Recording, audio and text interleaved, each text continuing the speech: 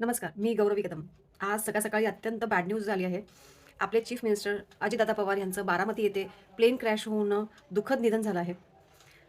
ईश्वर त्यांच्या आत्म्याला शांती देऊ. पण अजून एक गोष्ट मला सांगायची होती, की 2025 पासून फार जास्त ॲक्सिडेंटल डेथ होत आहेत. फार जास्त दुर्घटना होत आहेत. त्यामुळे सर्वांनी आहे ना, सतर्क राहणं फार गरजेचं आहे आणि काही वेळेला सतर्क राहून सुद्धा होणाऱ्या गोष्टी होतातच.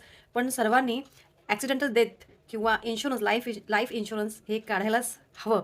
सध्याच्या काळामध्ये अशी परिस्थिती आहे, की कोणालाच माहिती नाही आहे, की कोणाचं आयुष्य किती आहे. आपण फार लांबपर्यंतचे प्लॅन्स करून ठेवतो. पण कोणाचं आयुष्य किती आहे, कसं आहे आणि कसं कोणाचा मृत्यू होणार आहे, याचा काहीही नेम नाही. म्हणजे ॲक्सिडेंटल डेथचा जो प्रमाण वाढला आहे ना, गेल्या वर्षी 2025 पासून, तर फ्युचरमध्ये काहीही होऊ शकतं. त्यामुळे प्लीज आपल्या परिवारासाठी मध्यमवर्गीय लोकांनी नक्की इन्शुरन्स काढून ठेवा. ॲक्सिडेंटल डेथचं इन्शुरन्स इनफॅक्ट मी सुद्धा SBIमध्ये काढलेला आहे. ॲक्सिडेंटल डेथ किंवा लाईफ इन्शुरन्स नक्की काढून ठेवा. आपल्यानंतर आपल्या परिवाराला, आपल्या मुलाबाळांना सगळ्यांना एक मोठा आधार भेटला पाहिजे ह्यासाठी. आणि एक महत्त्वाची गोष्ट म्हणजे आपले कर्म चांगले ठेवायचे.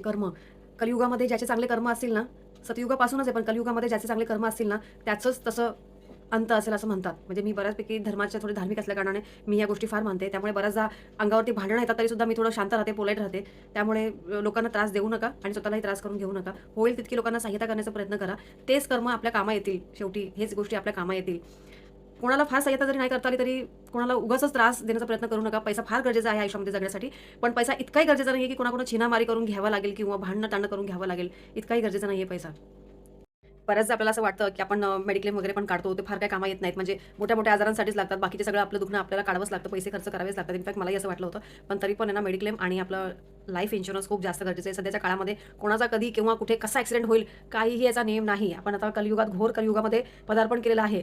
त्यामुळे नक्की मी सगळ्या परिवारांना सांगू इच्छिते, की लाईफ इन्शुरन्स काढा, ॲक्सिडेंटल डेथ इन्शुरन्स नक्की काढा. त्याने फार फायदा होईल आपल्या परिवाराला, आपल्यानंतर. आपल्या आठवणी आपल्या पैशामध्येच राहतील. कारण पैसा हा सगळ्यात मोठा सपोर्ट आहे, सगळ्यात मोठा सहारा आहे. आपला माणूस तर जातो किंवा आपण तरी जाऊ, पण पैसा फार मोठा सहारा होईल आपल्यानंतर. त्यामुळे माझा हा व्हिडिओ तुमच्या प्रियजनांना, तुमच्या परिवाराला नक्की पाठवा. थोडंसं ज्ञान नक्की सर्वांकडे शेअर करा. जय हिंद, जय महाराष्ट्र.